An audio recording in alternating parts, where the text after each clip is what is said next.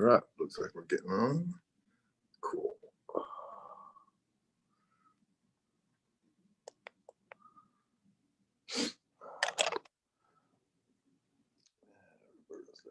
Cool.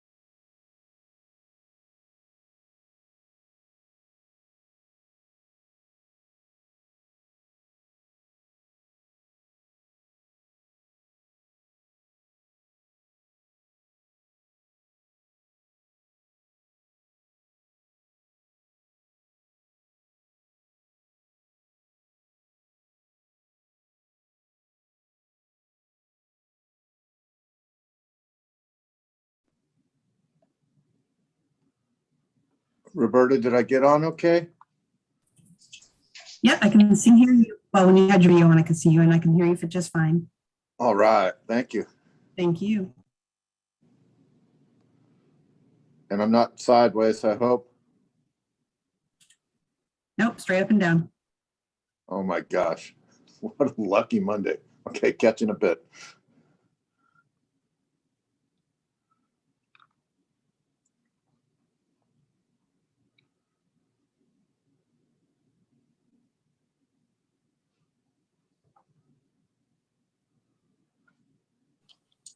Morning. Good morning, Dan. Morning, Dan.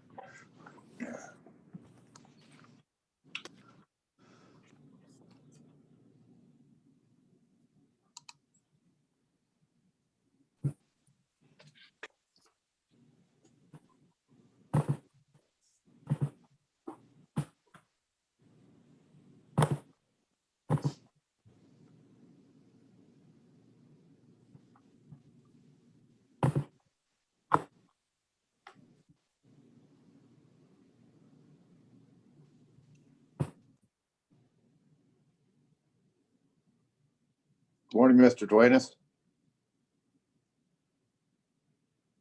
Good morning, Mr. Walsh. How are you?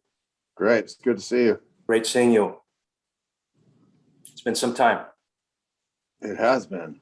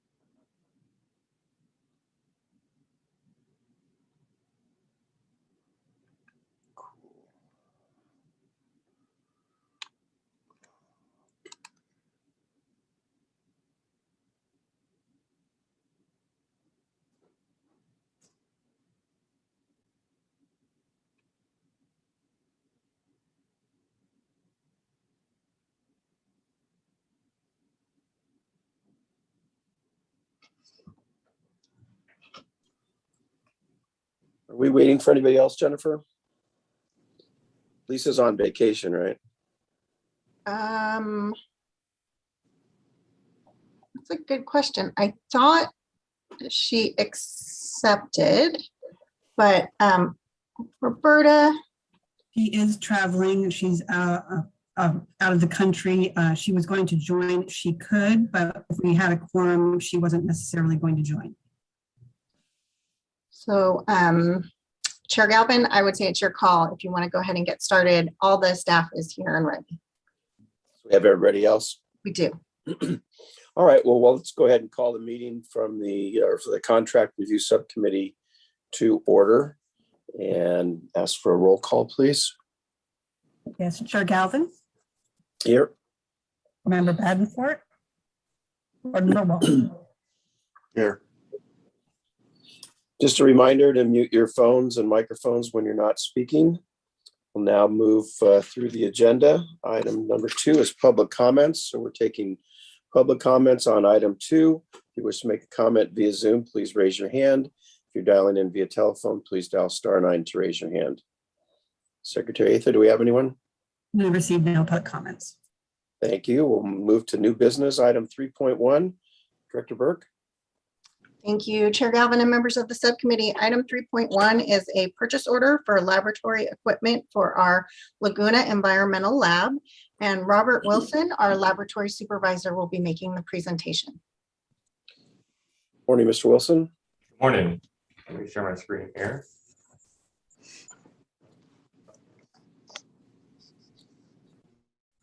And just checking, you can see the slide screen. All right. So yeah, I'm the laboratory supervisor. I'm going to be talking about the replacement of our inductively coupled plasma mass spectrometer. I'm going to call it the ICP-MS from here forward because that's definitely a mouthful. So just a bit of history. The Laguna Environmental Laboratory was established in 1968, and realistically, its major function was the physical and chemical measurement of wastewater. Back then, it was really focused on BOD, TSS, pH, conventional pollutants. The permits weren't what they are today, and just kind of getting the information that the plant needed for its operation. In 2000, it did expand to have a broader scope of analytical testing. This was with the addition of advanced instrumentation. Santa Rosa needed to meet increasing regulatory discharge permit requirements that included pollutants like metals and volatile organic compounds, and we needed that advanced instrumentation to be able to do that. The ICP-MS provides our metal analysis, and this is actually in order of who it serves, the largest groups that it serves. So operation and environmental compliance really does make the largest amount of samples that we get. Plant operations to make sure that the effluent that we're receiving, effluent that we're discharging or reusing is being treated appropriately. Environmental compliance, making sure that the discharges that are coming to our system are in compliance with our local limits. After that, we have water quality for drinking water, reclamation, for reuse, different special projects that come up, and then stormwater. And depending on the use, the ICP-MS can really help be a way of fingerprinting a pollutant. So we have something unknown in stormwater per se, and we put it on the ICP-MS to kind of get that fingerprint of what's coming into the plant. This is extremely important during the 2017 Tubbs fire. We needed that data rapidly as we're trying to identify issues in our systems. And having the ICP-MS on site really helped us get that information as quickly as possible and the information up to senior management to make decisions. It wasn't used in the 2020 blast fire based on the data provided in the 2017 Tubbs fire. The GCMS, which was purchased last year, really provided the bulk of the data for the glass fire. In terms of maintenance, our staff really does perform basic and moderate maintenance on equipment. It's Walter, the analyst that operates the ICP-MS. They do all the stuff that's needed to make sure glassware is functioning correctly. He's checking the torch there on the plasma torch, pulling the shroud off. But then when things get a bit more complicated, we use full spectrum for our advanced maintenance. So that's if there's an issue with a board, circuit board, or something with the software, they can come in and provide that maintenance. But it's really been the combination of staff and full spectrum that has helped push these instruments to the end of their service life, making sure that they are giving us the data they need.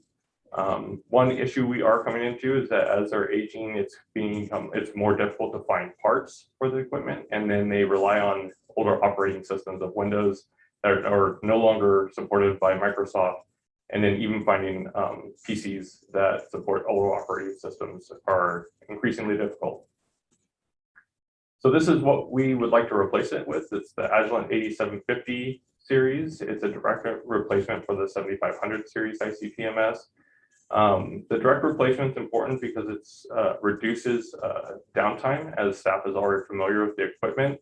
Not only was it the maintenance aspect that's part of the familiarity being important, it's the demonstrations of capability. The state requires that each analyst that operates a piece of equipment demonstrates that they're able to operate that equipment. And that demonstration of capability takes a significant amount of time if you switch it out for a new piece of equipment that an analyst isn't familiar with. So using Agilent, the direct replacement 8750 will help the analyst be able to bring the instrument up to speed quickly so we can put it in the service sooner than later. In our market research, we did contact other laboratories, and everyone seems to be standardizing on the Agilent equipment. One reason for this is that the Agilent equipment can meet the data quality need for precision and accuracy. And every lab is looking to try to get as low as possible to meet those permit limits that I was talking about earlier. In terms of budget, the equipment purchase and shipment cost is $180,000, and this is a one-time purchase. It includes all additional items for instrument startup and installation. It does include a trade-in discount for the existing equipment of $87,000. It's not clear and unlikely that another manufacturer provides trade-in for the Agilent equipment. So it's a cost savings for the city, and it is included in our 21-22 operation and maintenance budget. And with that, I'm open to any questions that you all would have. Thank you. Board Member Walsh, any questions or comments? Yes, Chairman Galvin, just a comment. I appreciate the presentation, and it appears to me this is similar to information technology organizations standardizing on something like Cisco networking, where they're going to stick with the same brand, same equipment manufacturer in order to standardize and to take advantage of the existing training. So I appreciate that. Thank you. Yeah, I would agree. This seems like a kind of a no-brainer if the existing equipment is at its end of its useful life, and we've got the opportunity not only to replace it with a similar piece from the same manufacturer, but also get a discount. Makes perfect sense to me. Thank you. Any other comments, Board Member Walsh or staff? If not, I'll open it up for public comments on item 3.1. If you wish to make a comment via Zoom, please raise your hand. If you're dialing in via telephone, please dial *9. Secretary Atha, do we have anything? We have no public comments. Okay. Board Member Walsh, if you'd like to make a recommendation that we approve and recommend to the full board the acquisition of this piece of equipment, I'll be happy to second it. Thank you, Chairman Galvin. I'd like to make a motion with respect to item 3.1 that the contract subcommittee recommended the full board waiver of competitive bid and the purchase of equipment as presented. And I'll second that. May we have a roll call vote, please? Chair Galvin, Aye. Board Member Walsh. Aye. Great. That'll take care then of item number 3.1. Thank you again, Mr. Wilson. We will move now to item 3.2. And I believe, Mr. Wilson, you're on that one as well. I am, yes. So yeah, this is our professional service agreement with Full Spectrum Group. I mentioned them briefly in the last presentation. In the last presentation, I talked about the need for the advanced instrumentation. The difference is that we do have different instruments from varied vendors, which have varied levels of maintenance needs. And like I mentioned, staff does perform these minor or moderate maintenance requirements. But we do need somebody to come in to provide more of the heavy lift when it's a circuit board, something that really is beyond our staff's ability to deal with. Like I said in our last presentation, this analytical testing has advantage for Santa Rosa Water, and it meets increasing permit regulatory discharge permit requirements. Using our analysts, we do have the ability to sub some of this information out. But the problem with subbing out samples is the turnaround time is generally significantly longer. And when you're trying to get those results back as soon as possible, especially for special projects or in the case with the classifier, you may not have that time. It's just, you need that information as soon as possible. And then we have more confidence with our team members doing analysis because we can talk directly to the analyst and make sure that we have a full understanding of what's being analyzed and the information coming from the instrument. Importance of maintenance schedule is pretty obvious, but it does prevent extended equipment downtime, reduces uncertainty when analytical results used for reasonable potential for compliance with regulations, and then prevents catastrophic failure. One of the reasons we are able to keep our equipment running to its end of service life is because we have been on top of our maintenance. Each one of my analysts has a logbook that has all the service that they've done since the start of that instrument. It's something that they're all proud of and are happy to show me when I'm doing information for presentations or just about the instrument in general. That attention to maintenance is what helps us get to where we're at today. Full Spectrum is who we are recommending. They are local, the only local provider of this level of maintenance, and they can provide on-site emergency repair within 48 hours. This is important because if we were to go a different route, we could contract with each individual manufacturer, but that requires that we pack up the instrument and ship it to them, potentially resulting in damage of shipping. And then if it's a site-specific issue, something that's here at LEL, the shipping it to the manufacturer wouldn't identify that problem. So Full Spectrum will actually come into our building and provide that service. They do have the accreditations we need for the service level that they can provide, and they provide service to multiple analytical laboratories, including governmental, environmental, life sciences, biotech, and petroleum. This gives them a breadth of experience with problems that we may not know about, and so they can come in to identify issues that are just unknown and something that our staff is struggling with. In terms of budget, it's a 5-year contract with an amount of $251,000, and it's to be broken up into those 5 years and invoiced individually for each year. It includes a 6% discount for the 5-year agreement, and it is included, the first payment is included in 21-22 O&M budget, and then the future payments will be included in future O&M budgets. And with that, I'll open to questions or comments. Thank you. Board Member Walsh, any questions or comments? None. Thank you, Mr. Chairman. Yeah, I'm fine with it. I know we've been using Full Spectrum and they've been giving us good service. So if there's no further comments, we'll open it up for public comments on item 3.2. If you wish to make a comment via Zoom, please raise your hand. If you're dialing in via telephone, please dial *9 to raise your hand. Secretary Atha, do we have anyone? We know public comments. Okay, Board Member Walsh, would you like to make a motion?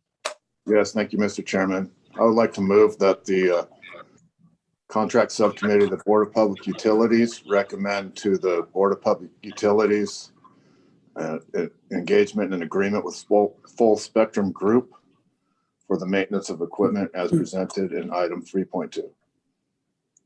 And a waiver of the competitive bid. And waiver of competitive bid for the reasons provided. Thank you. Great. I'll second that. May we have a roll call vote, please? Chair Galvin, Aye. Board Member Walsh, Aye. Great, that takes care of item 3.2. Thank you again, Mr. Wilson. We'll now move to item 3.3. Director Burke. Thank you, Chair Galvin and members of the subcommittee. Item 3.3 is an amendment to our project work order with Carollo Engineers for our UV disinfection project. And Tracy Duenas, our supervising engineer, will be presenting this presentation. Good morning, Mr. Duenas. Welcome. Good morning. Good morning, Chair Galvin, members of the subcommittee. My name is Tracy Duenas, supervising engineer with Capital Projects Engineering. Today, I bring before you the introduction of design project work order amendment number 3 for Carollo Engineers as it relates to the Laguna Treatment Plant Disinfection Improvement Project. I just want to be clear that if you can see my presentation. Fantastic. Great. So today, or this morning, I'll just briefly go over project history, bring folks up to speed with where we're at with the design, go more detail for the need for amendment number 3, as well as bring forth a recommendation to the committee. So the disinfection project spans the footprint more or less of the entire plant from east to west, north to south. Looking back in 2012, the plant was derated to approximately 48.5 million gallons per day by the Division of Drinking Water. At that point, the plant had, and to this day, had insufficient wastewater disinfection capacity. So it further demonstrated the need that the existing infrastructure has seen its useful life. Now it's over 20 or 2 decades old. But this project will replace the existing UV located on the south end with a new UV system just due west. It will provide new Calgon UV ultraviolet technology to the plant. It will provide approximately 70 million gallons of peak hydraulic capacity. The project further will provide an on-site diversion, pumping, and distribution system that will provide operational flexibility for the plant to reroute 35 million gallons per day of non-compliant or off-spec water from this location to what is called the flow equalization basin. From then, it gets retreated. Project will also install a new hypochlorite just due east of the existing UV. We'll also install a new 1 megawatt electrical load center station just east of the hypochlorite to provide the electrical needs of the project, as well as we'll install a new construction trailer at the south end of the plant to accommodate construction oversight staff. So looking at the timeline relative to Carollo, if you will, so in early 2016, staff brought before the board and was awarded their original project work order in January 2016. From that point, they proceeded with the design. In early 2017, they submitted 35% design level plans. From that point, they were put on hold at the direction of the city to redirect their efforts in a value engineering study. I'll go over that in more detail later. Staff brought before the board an update both in summer and fall of 2018, as well as in the summer of 2019 study session. Shortly thereafter, staff brought before a recommendation to award their original contract known as project order number 1. That occurred in the summer of 2019. Board approved that. Originally, there was a planned system commissioning in the fall of 2019. Was the original date. Bond sale, this is inaccurate. The bond sale actually occurred in the winter of 2020. So that, I apologize, this information is wrong, 2020. But since 2019, Carollo has been ongoing with design efforts for the past 2 years with an intent to award the construction contract in winter 2021, followed by 3 years of construction.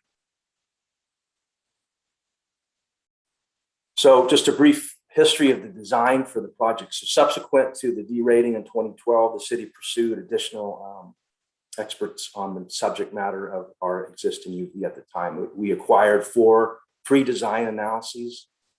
Those earlier analyses focused on the treatment capacity, operational maintenance planning, and just the various treatment alternatives at that time. Shortly after that, followed an extensive charrette effort in 2014.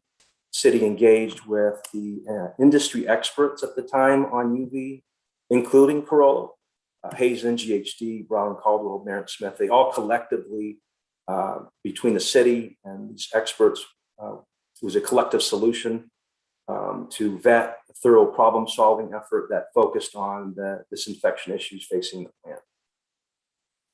Some of the parameters were just health and safety, capital lifestyle costs, regulatory, operational. In the end, it ultimately identified both the near and long-term alternatives for the plant.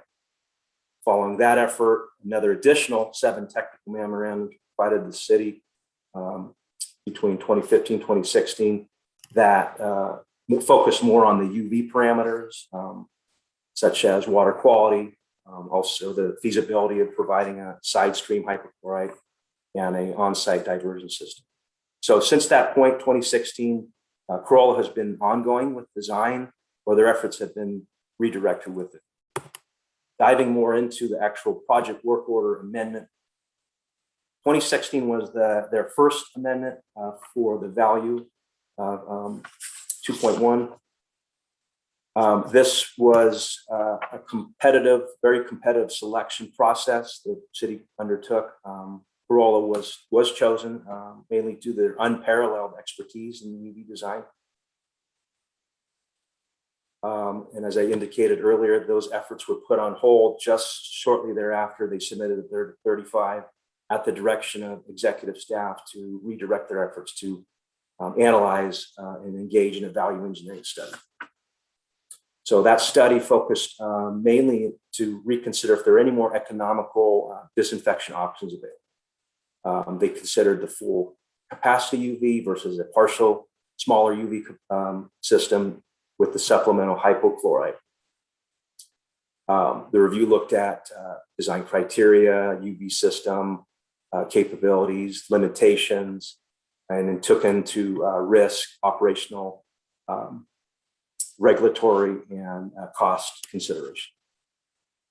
And ultimately, the UV did confirm that the UV replacement that it was slated for in the original 35% design was the most effective solution, and in the end was the best value to the city. So Corolla brought before amendment number 1 to reflect those efforts, the redirection efforts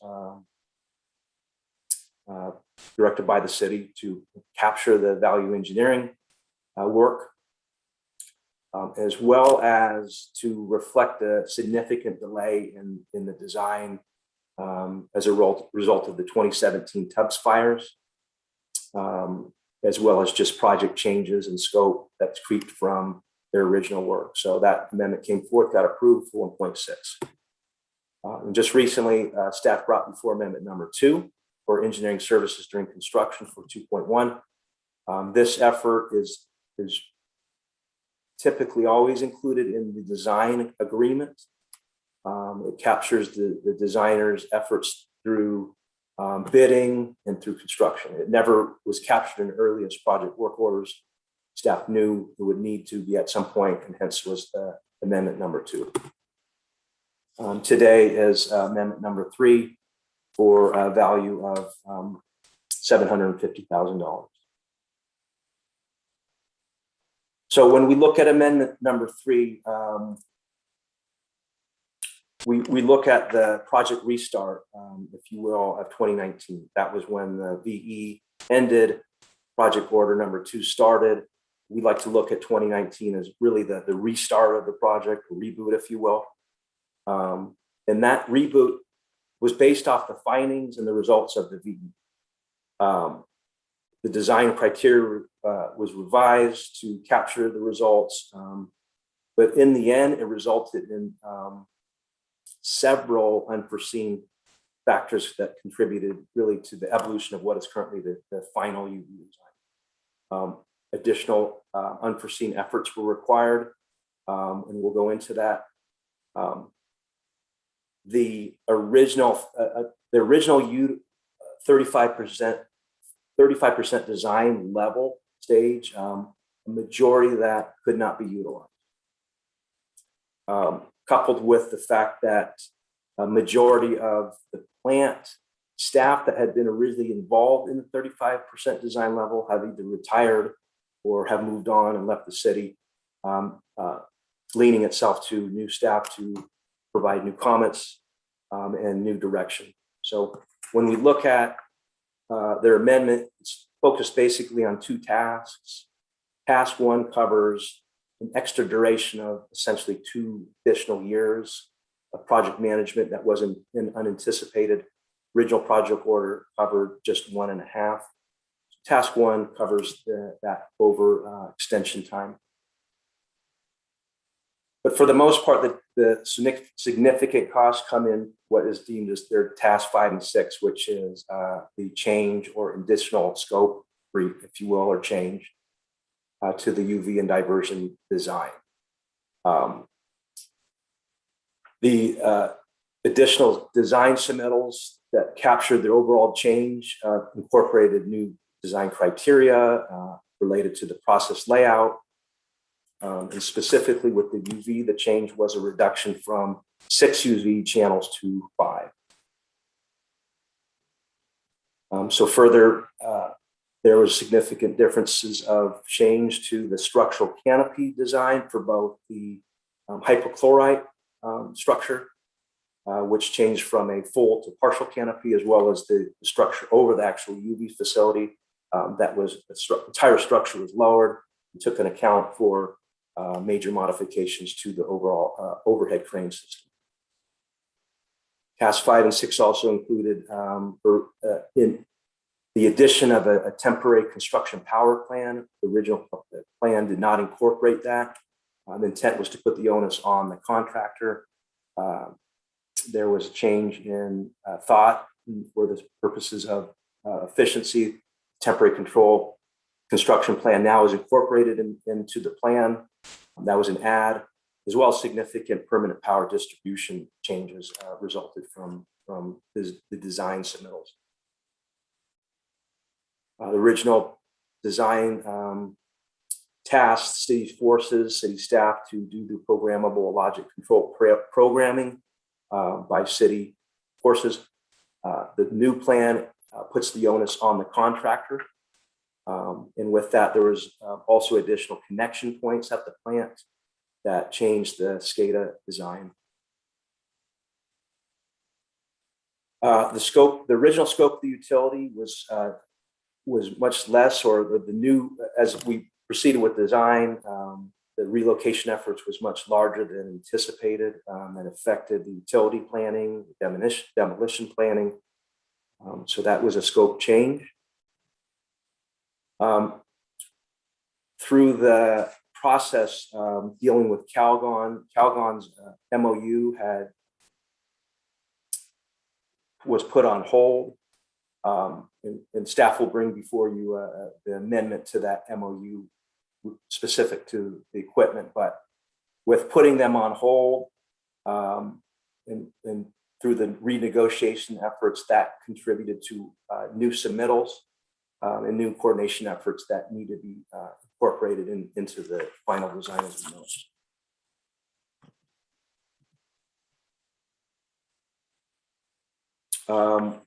Further significant changes were to the sodium hypochlorite design, mainly the pumping design changed from a diaphragm to a progressive cavity type design. There was additional modifications to the dosing points. These all resulted in, with specific to the sodium hypochlorite, changes to the electrical and instrumentation design elements. Changes to the construction trailer were necessary, partly due to response to COVID. Changes to workspace requirements were needed. And since 2019, the city has an ongoing project as well that's in the same area, known as the Flood Protection Project. Since 2019, that design has been more refined and becoming and getting closer to the final design layout. That was not completely known at the time. Because both these projects are adjacent to one another, and if not overlap physical space at times, as well as have overlapping construction schedules, there was a significant effort to coordinate between the two to minimize any significant delays or impacts that may be seen by both contractors. So as part of that, a revision to the pump station and on-site stormwater collection was needed,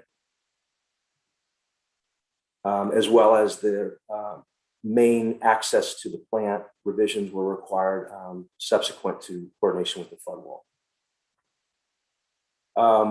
Since the reboot of 2019, if you will, the city has engaged with a professional consultant, Somos, provide construction and engineering service, or construction and inspection services. City thought it would be prudent to engage them to provide a third-party review of the current design. They did do that. They provided results, but with that, there was additional design revisions and coordination efforts required at Corolla, as well as additional geotechnical investigative work. So to break down their fee, it's specific to just task 1 and task 5 through 6. Task 1 for over project management duration is a request for an additional $75,000, and the bulk of the amendment lies within task 5 and 6, which is $675,000 for a total of $750,000. Add that to the original project work order of $4.4 million, brings the total design contract to $5.2. For purposes of the next slide, we did not include engineering services during construction, and I'll show you that. The total construction costs are projected at $37 million for the UV disinfection portion and $13 million for the diversion system, for a total of $50 million. Add to that approximately $17.5 million for what we consider as total project delivery costs, which include design, engineering services during construction, CM, inspection fees, in-house labor, overhead, and overall contingency, for an estimated total project cost of $67.5 million. So with the amendment, it would bring the total design to 5.2, which is approximately 10.4% of the total construction. So slightly over the city's goal, but still within what we see as the 2020 CIP benchmark range. You're also to further drill down and look at their cost of approximately a little under $13,000 per sheet. Still is within the city goals of what's assumed and what's appropriate. So, and just overall, this project will be the largest we've seen since the geyser installation in early 2000s. It will be the largest install in the U.S. as well as along in the whole world.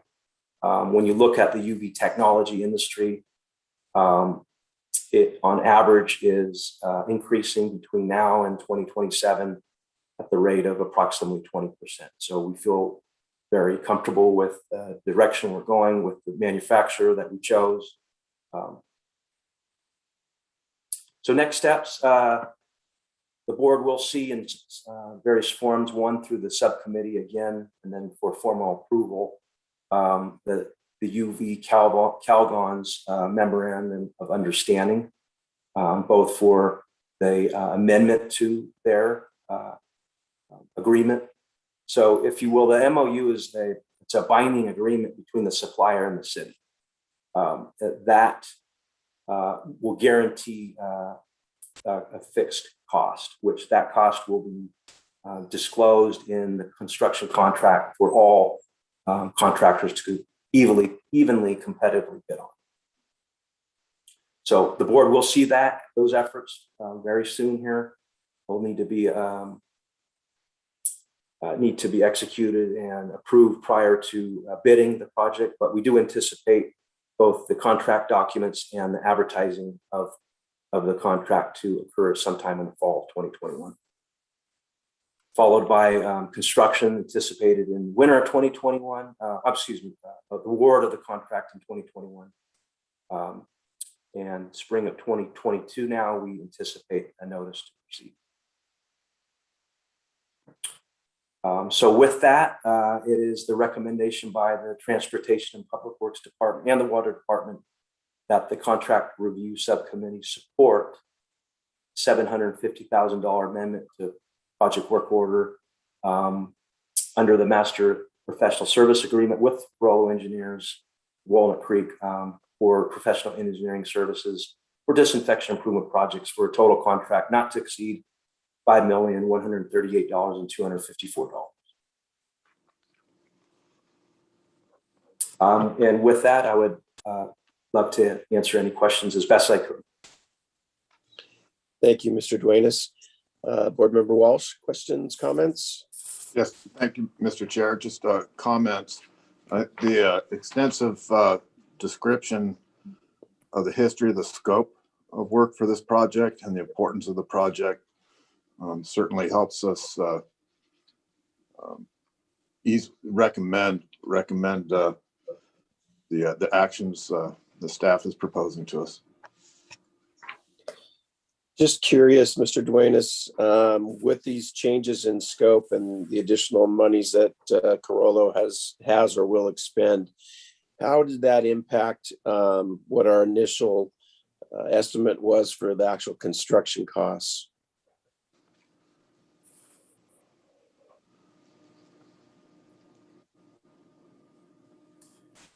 Chair Galvin, I don't have the original cost available. I will need to follow up with you. I apologize. That's okay. No problem. All right. I would just be curious. I don't remember what the original contract estimate was, but obviously with the change in the scope and the design, I would expect that the estimates for construction costs have gone up and probably will continue to. But so if you could get back to me on that. I will, most definitely. Okay. All right. With that, we'll open it up for public comments on item number 3.3. If you wish to make a comment via Zoom, please raise your hand. If you're dialing in via telephone, please dial *9. Secretary Atha? We have no public comments. All right. Board Member Walsh, if you would like to make a motion on the recommendation. Yes, Mr. Chairman. I move that the Contract Subcommittee, the Board of Public Utilities, recommend to the full Board of Public Utilities contract amendment to the project work order for the agreement with Carollo Engineers of Walnut Creek, provide professional engineering services for the disinfection improvement project for an amount not to exceed $5,138,254. The amendment will increase the amount by $750,000. And I will second that. Secretary Atha, may we have a roll call vote, please? Chair Gavin, Aye. Board Member Walsh. Aye. Okay, passes unanimously. We'll make that recommendation to the full board. Thank you, Mr. Duenas. Thank you for your efforts. Thank you. Director Burke, I don't think we have any new business or anything else. So at this point, we will adjourn the meeting of the Contract Review Subcommittee and enjoy the rest of your day. Thank you. Thank you. Thank you, Chair Galvin. Thank you, Director Burke.